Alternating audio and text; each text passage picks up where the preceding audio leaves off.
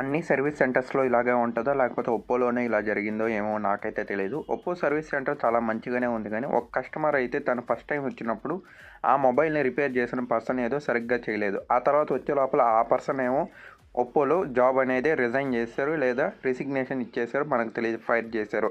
ఇప్పుడు ఆ మొబైల్లో మళ్ళీ అదే ప్రాబ్లం వస్తే అతనితో ఇక్కడ వాళ్ళు డీల్ చేసిన విధానాన్ని చూడండి.